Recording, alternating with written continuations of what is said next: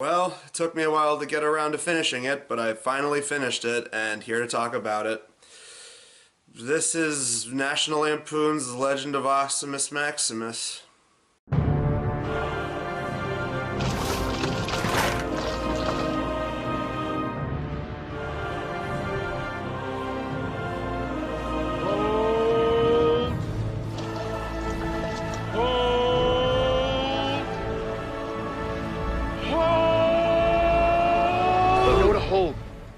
Still hundreds of yards away. The more you repeat yourself, the less importance it has. Less importance it has. That's really mature. You're really mature. God save must fight the Greeks with 300 soldiers. Don't they look wonderful? Voila! You are a work of art and you are good to go. My daddy gave it to me. Reason Troy has never lost a war. Oh, this'll be fun.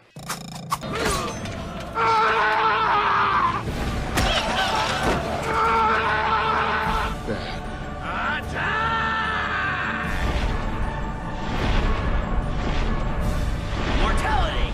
Take it! It's yours! Because after all, National Lampoon is nothing but the mark of quality, right? You have really nice eyes, Neymar. Thanks. How could you cheat on me? What? Get a clue, loser! My wee-man's broken. Don't freak out. Calm down. Joe? Ah, what are you doing? What? I'm just soaping you up, man.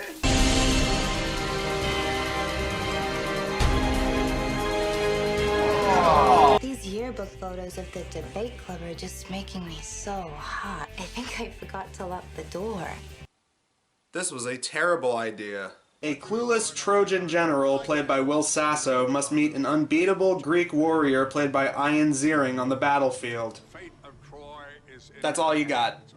The Google description, IMDb synopsis, it's just one sentence long. There were several reasons why I wanted to watch this movie and do a video talking about it because, well, first of all, I've talked about National Lampoon before with Christmas Vacation 2, which was this really shitty straight-to-video cash grab on how successful one of their few good National Lampoon movies were. Because I forget if I said this in that video, but really, National Lampoon have had 4 good movies under their belts. Animal House, the original Vacation, Christmas Vacation, and Van Wilder was sort of like the last good thing they had, and then they made shitty straight-to-video sequels for that. And then there's a couple of straight-to-video ones that maybe aren't great or anything, but they probably have a few laughs in between, like Senior Trip, I vaguely remember, stuff like that. But everything else is just crap. Second reason I wanted to talk about this is because it's a parody movie, and I've talked about parody movies plenty of times on Blockbusters show. I talked about movies from Jason Friedberg and Aaron Seltzer, specifically their 300 parody, Meet the Spartans, which is even more appropriate because this movie technically is a 300 parody, as well as a couple of other films. And I also talked about movies from Craig Moss, who, as far as I can tell, has moved on from doing shitty parody movies, and he mostly just does a bunch of low-budget, straight-to-video, straight-to-streaming stuff. Which he already kind of did before with stuff like the Badass movies.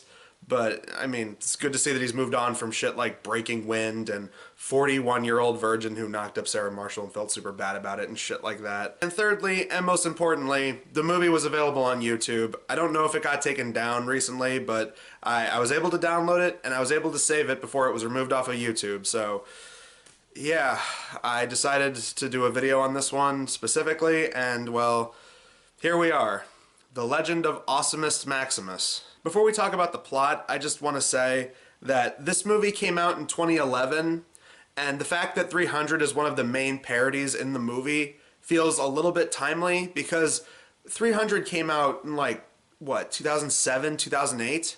And this came out in 2011. It feels way too late to the joke. Even Meet the Spartans, as horrible as that was, that at least went to theaters in 2008 when 300 was still kinda relevant. I mean, I say this movie's a parody of 300, and it technically is in the middle of the movie, but it's kind of an amalgamation of a bunch of different kind of movies like Gladiator, Troy, Braveheart, all these kind of like historical epic battle war movies. And that is the one thing I will give this movie over Meet the Spartans, is that unlike that, where the main parody was 300 and then the rest of the movie is just nonstop, look over there, Britney Spears is shaving her head. Look over there, it's the American Idol people. And look over there, it's Ugly Betty and Spider-Man and Transformers and Grand Theft Auto, and just referencing everything that was even vaguely relevant at the time.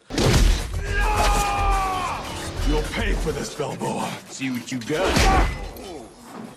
This movie, on the other hand, doesn't do that. And I'll give the movie credit that it actually does stick to a specific genre that it's parodying. That being said, though, the movie also has the typical jokes you'd expect from a cheap parody movie, and that a lot of it is just easy sex gags, lazy shock humor, bodily function humor, like people farting or someone getting kicked in the dick. It's typically what you'd expect in a movie like this. And hey, you know what? If you can actually make that funny, then good on you. But this movie did not make me laugh. Actually, I take that back. That's not true. The movie made me laugh twice. I laughed once genuinely and then once ironically. And I'll get to those when we go over each of the scenes. Much like a lot of other National Lampoon straight-to-video dumpster fires, this movie mostly consists of actors who are in desperate need of paychecks, because every time someone popped up in this movie, I'm like, wait, that's someone who looks vaguely familiar, and then you look them up and it's like, oh, they were on this TV show, or they had cameos in certain movies, or oh, they were in this one big summer blockbuster, and then nothing else after that. Like, the movie's cast consists of Will Sasso, Ian Ziering, Rip Torn, Tony Cox, the blonde chick from Terminator 3, and then all throughout you get cameos from people like Mr. Belding from Saved by the Bell, and Bud from The Cosby Show. You can see blood and guts, everything. Can we, Dad? We'll take two. Beer here, get your beer here. Can I have a beer, Dad? What are you, nuts? What kind of a parent do you think I am? Will Sasso plays the titular General Awesomest Maximus, and he's an absolute fuck-up. He mostly cares about sex and drinking, and, well, that's basically the whole first half of the movie, that Will Sasso's character is a dumbass.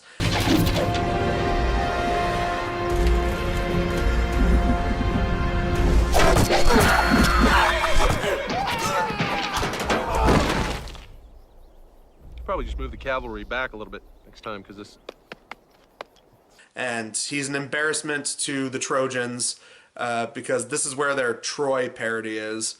And his father-in-law is King Looney, it's a creative name, played by Rip Torn, who I can only assume was drunk the entire time. Rip Torn only really has one joke in this entire movie, and that he's an old man who is constantly taking Viagra to try and get it up. Girls, leave us, but not for too long. These pills only last for 4 hours. This is like the first 10 minutes of the movie, and right away they're letting you know that the only thing that's going to even be remotely worth it in the movie is, hey, you might get to see a chick's tits or a chick's ass. Ruler over all which he surveyed, and crazier than a shithouse rat with syphilis in his brain. Awesomus has a wife who's a gold digger, and she just wants to become the queen of Troy, and she doesn't want her brother to become the king because he's a flaming gay stereotype.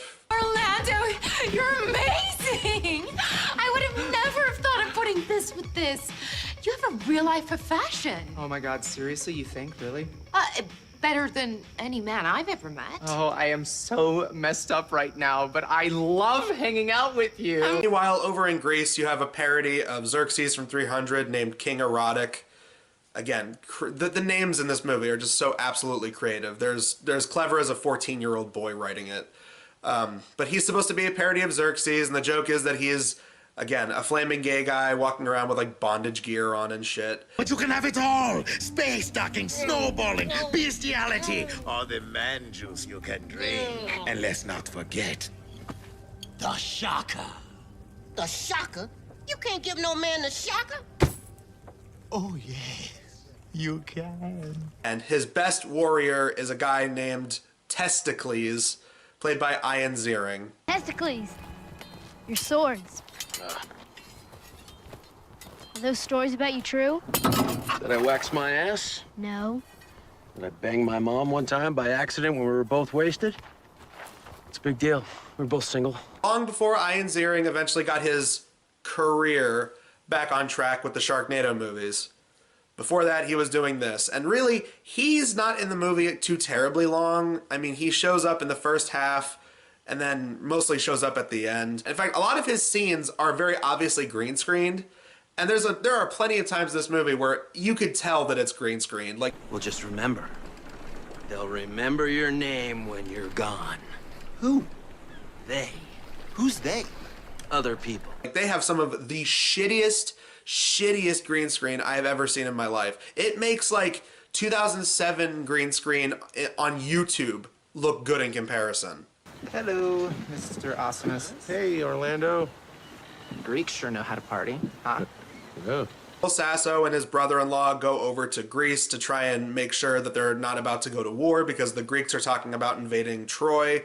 So they sit down and talk about things, and then Orlando, the brother-in-law, ends up taking Xerxes' wife, and that pisses him off something royal, so now he wants to go to war with Troy. And then in the middle of the movie, this is where we get the 300 parody. There's a part where Will Sasso goes to, you know, those ugly pimple-faced guys in robes and talks to them. And really the only joke there is that, one, they have bad skin. You guys look really good. Looks like this is clearing up since the last time I saw you, especially that one right there. Okay, ow, okay, not cool. And two, their little like area that they live in is just one big strip club, and this is another excuse for them to show chicks showing off their tits. I really should have stayed in school. Poor thing. You know what I like. Do you really want me to? Yes. I mean, at least it's not a stupid Ugly Betty reference like in Meet the Spartans. Isn't it so funny? The Oracle, who's supposed to be super beautiful, is Ugly Betty. You remember that show when it was on? 'Cause I don't. Oh, and the only other joke that they do is that, like, instead of being super wise and all-knowing, they just kind of pull the whole, oh, gather 300 soldiers to go up against the Greeks out of their ass, because they all get drunk. There you go. That's the amount of clever shit you're gonna get in this movie. Pick a number between 1 and 10,000. What? He said, pick a number I heard between him. 1 Yeah, okay. and 10,000. Thank you very much. 300. 300. Boom. So they round up 300 guys, or at least 15, but they pretend that it was 300. And then Orlando paints Will Sasso's face to look like Mel Gibson in Braveheart. That's really all they do with that. Still. Voila. You are a work of art and you are good to go. It's stylish, it's sexy, but it's scary and intimidating. It's really good. There's also this running gag where there's this other general who doesn't really like Will Sasso because he thinks he's an incompetent idiot. And then Will Sasso just, you know, like a complete child, just does the whole, like, you know, oh, I'm imitating what you say. Oh, douchebag says what? Stuff like that. Don't know to hold. Still hundreds of yards away. Constantly repeating yourself is just fucking annoying. Look, dude, I'm the general, so if I want to say hold like a dozen times, I guess it just sucks to be you, because that's the way it goes. Unless just that's saying, not right. the more you repeat yourself, the less importance it has. Less importance it has. It really hurts because, generally speaking, I like Will Sasso, and Will Sasso always made me laugh on Mad TV. He was definitely one of the, like, best players that show had. And in the later years, they eventually, like, got rid of him, and he went off to do other stuff, and it really sucks because I do like him, and I thought he was funny. And there were plenty of times where it's like, he could make me laugh. And there was actually one time in the movie, this is one of the 2 laughs I got, where he actually does have a genuinely funny joke because of his delivery. Never kneel. Sorry, the Trojan never kneels. Orlando, what the fuck, man? But it's still not enough to save it because the writing is so lackluster. It seems like nobody gave 2 fucks when they were making this thing. And just like with the green screen looking cheap, there are so many times where you can tell they're filming in the same patch of dirt and on the same beach for all of these scenes. It looks like it's the same area when it's not just lazily green screened. They parody the scene from 300 where they push the guys off a cliff, and really it's just them doing the scene, but Will Sasso's just like, come on guys, we're pushing them off a cliff. Push them off the cliff, guys, yeah. It's really just like an almost shot-for-shot recreation, but with 80-yard Will Sasso saying, come on guys, come on bros, let's push them off a cliff. We're pushing you off the cliff! We're pushing them off the cliff! Yeah! Keep pushing them off the cliff! But then they end up pushing Will Sasso off a cliff. Don't you're pushing me off the cliff! Whoa, fuck! Oh my god, people used to rail on Ninja Turtles 3 for the shitty green screen of someone going over a cliff to their demise. They ain't seen nothing yet. Just wait till you watch fucking Legend of Awesomest Maximus, son. So Will Sasso ends up landing in the water and he swims all the way over across the pond and he ends up getting sold as a slave. He comes across another guy who he has comedic banter with, played by Bud from The Cosby Show. And some of their stuff was okay. I mean, his character's name is Jamal. And they just kind of like back and forth. And here it's revealed that he's not the real Awesomest Maximus. The real Awesomest Maximus was dropped off a cliff as a baby, so then they took someone else's baby and pawned it off as, oh, he's the real Awesomest Maximus, even though he's just some random baby that grew up to be incompetent, bumbling Will Sasso. So the guy who ends up buying Will Sasso and Bud from The Cosby Show and some other slaves, there's this running gag where they assume that Will Sasso is like Mexican and they speak Spanish around him, even though he's speaking English right in front of them the entire time. It's like, what the fuck? Hola! ¿Cómo llama?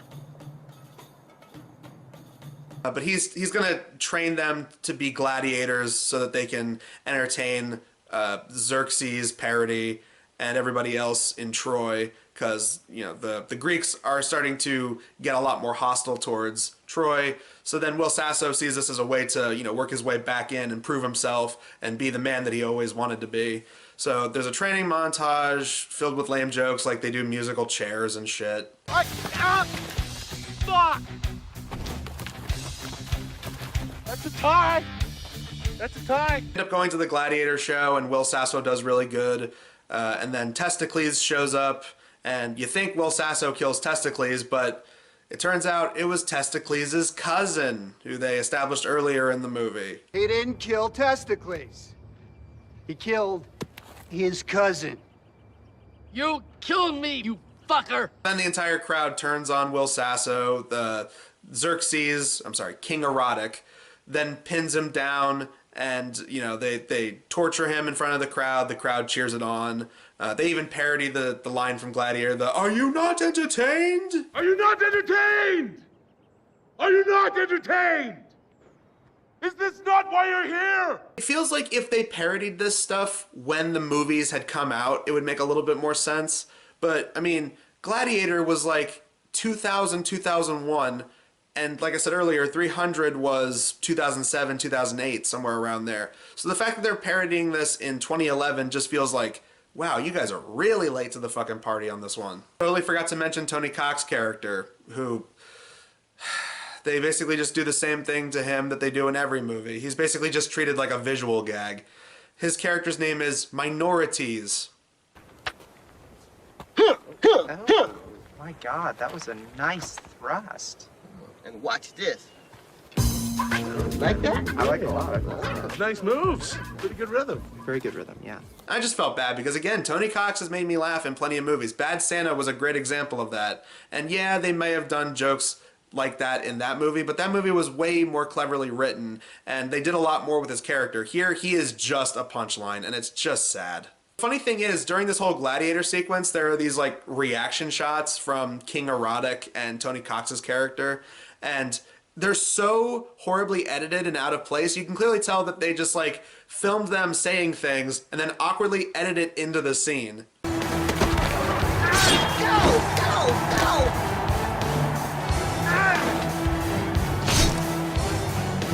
Talk things over, the Greeks end up retreating, Will Sasso ends up getting free, and he goes to his wife, who now loves him because he was able to accomplish so much. and they have sex in an extended sex scene. The way that scene was filmed, it kind of reminded me of the sex scene in Lethal Weapon 5 in that episode of It's Always Sunny. All it was missing was Danny DeVito going, ooh, ooh, ooh, ooh. This was the only other thing I laughed at in the movie.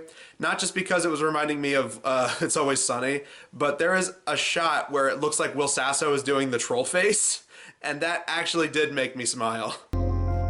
In the end, he moved her soul, melted her heart. Greeks temporarily retreat, but Testicles, wanting to get revenge for his fallen cousin, then decides that they'll do a parody of the Trojan horse thing, except here it's a giant wooden dick on wheels. And I'm more than convinced they only did this scene so that they can have Rip Torn say this. I think we should take it and burn it. You might be right, Qantas. But who am I to look a gift cock in the mouth? Maybe you can actually do something clever with this. I was expecting them to do a Trojan condoms joke, and they didn't even do that. The one obvious joke that they could have done with this, you know, oh, it's the Trojan horse, but it's a giant wooden dick. You could have done a Trojan condoms joke. And maybe they couldn't get the rights to use Trojan condoms in the movie, you know, say their likeness or whatever, but it would have been something. When they're wheeling in the giant dick, it won't fit through the gates of the city, so then they have to take it back, and then forward, back, and then forward, back, and then forward. Get it? It's kind of like, you know, a dick going out of a vagina. Do you get it? Either way, the Greeks then get into Troy through the wooden dick on wheels, and then the big showdown of the movie happens where it's Will Sasso against Ian Ziering, Awesomest Maximus versus Testicles. And after like 5 minutes of fighting, and they said earlier that Testicles cannot be defeated because he is immortal. I also forgot to mention, because they bring this joke back, one of the things they had Ian Ziering say is, you know, because he's immortal and he can do whatever he wants, he apparently had sex with his mother because his mother is really hot, and they were both single. So this is what I'm talking about. It's like one of those easy shock value jokes where it's just like, I mean, it's offensive, but it's not only that, it's just incredibly unfunny. Because then you see the actress and they're like, oh man, well, if she was my mom, I'd do. After 5 minutes of fighting, eventually Will Sasso realizes that his weak spot is his testicles. And he kicks him so hard in the nuts, his nutsack flops out of his mouth, and then he has to push him back down to the bottom of his body. After that, Will Sasso wins. He's now treated like a hero, and the reason that King Erotic calls off the invasion of Troy is because, well, he finally comes out as gay, and Orlando, the stereotypical gay brother-in-law, he comes out and says that he wants to get together with him, and the only reason that he took his wife is because he was trying to make him jealous. Wow, don't you understand? I mean, why do you think that I took Ellen in the first place? I was trying to make you jealous. I mean, people died, things got a little crazy, and I feel bad about it, but I was trying to get a rise out of you. Oh my God, why didn't you just say something? Because I didn't know what to say. Me too. And then Will Sasso is talking with his wife, and his wife confirms that she is now in a relationship with King Erotic's wife, and that she's going to be living in the castle with them. So now they're all in this like open relationship where they're fucking, but also Will Sasso and her are fucking. I'm in love with Ellen, and she's moving in with us. Fantastic. What's the bad news? I always knew you'd be into it. What's the bad news? Okay, bye. And then the movie ends with Will Sasso talking to a couple of girls at a bar, and they think that he's just making all this up to try and get in their togas, as they say. And it's like, wow, what an appropriate ending to this film. Just what a major letdown. Oh, they do have a joke where, because he's narrating, all throughout the movie's being narrated by someone, and I was like, that voice sounds familiar. Who is that? And then I looked it up. Sure enough, it was Ludacris. A legend whose name will echo not just through his time, but through all time. The Legend of Awesomest Maximus. This is the 4th time Ludacris has shown up on Blockbuster Show, and once again, each movie he's in gets progressively worse and worse and worse. It went from Max Payne to New Year's Eve to Show Dogs to now this.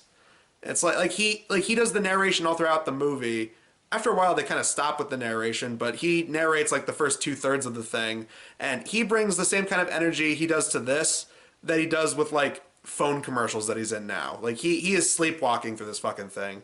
And I can only assume they went with Ludacris because Samuel Jackson was already busy doing narration for a March of the Penguins parody called Farce of the Penguins. And that's surprisingly a real movie. And it was surprisingly not done by National Lampoon. Cold is making everybody crankier. Morgan Freeman has more talent than you in just a prickle on his ass. Fuck you, you nutless motherfucker. Shit, even the blooper reel at the end wasn't impressive. It's just a bunch of people just randomly laughing, and like there was like someone burped on set and then people just start cracking up. It's like, they're not even good bloopers. That's how pathetic this movie is. Even the blooper reel at the end isn't funny. This whole war was started because you two... Watch it. Oh, shit. Is there no one else? This is a squishy butt. Overall, this is quite possibly one of the worst comedies I've seen in quite a while for Blockbusters show. I mean, it's a lazy spoof movie. I wasn't really expecting a whole lot, and I certainly wasn't expecting much from National Lampoon, because National Lampoon in the like late 90s to the early 2010s, they made some really shit movies. I heard that apparently National Lampoon recently, like, the name has basically been used for podcasting, because of course it is. I mean, what else would it be used for now? But yeah, National Lampoon, they pretty much just slapped their name onto anything back then. And it shows, because there was so much shit that was coming out, and this is one of them. This movie was terrible. And even if I got 2 laughs in it, that's not enough. Picking between this and Meet the Spartans is a really tricky thing, because I did hate that more. And I think the fact that that went to theaters sickens me more. But this one had nothing to offer other than those 2 laughs. Then again, I don't want to say that Seltzerberg were good at anything. So I guess, you know, by an ass hair, this movie is a little bit better, but that's still not a glowing recommendation. This is not a very good movie. I was sad for virtually everyone that was in this thing. I was just like, these people deserve so much better.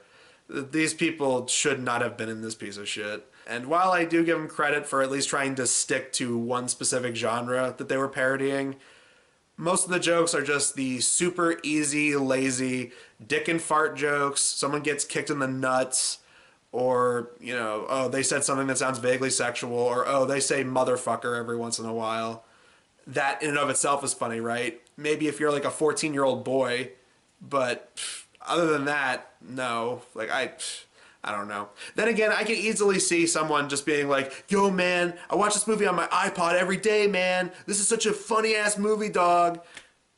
I can imagine MC Swigga liking this movie is what I'm trying to say. Anyway, yeah, that does it for Blockbusters show this month. Look forward to 3 horror movie reviews in October. You know, we've talked about a crappy sci-fi action movie this month, and then 2 crappy horror movies, and now a crappy comedy. So now we're going to be talking about some crappy horror films for October. Good old spooky month. But until then, guys, I'm Am Sykes of the Blockbuster Show, and we will see you guys in the next video. Testicles!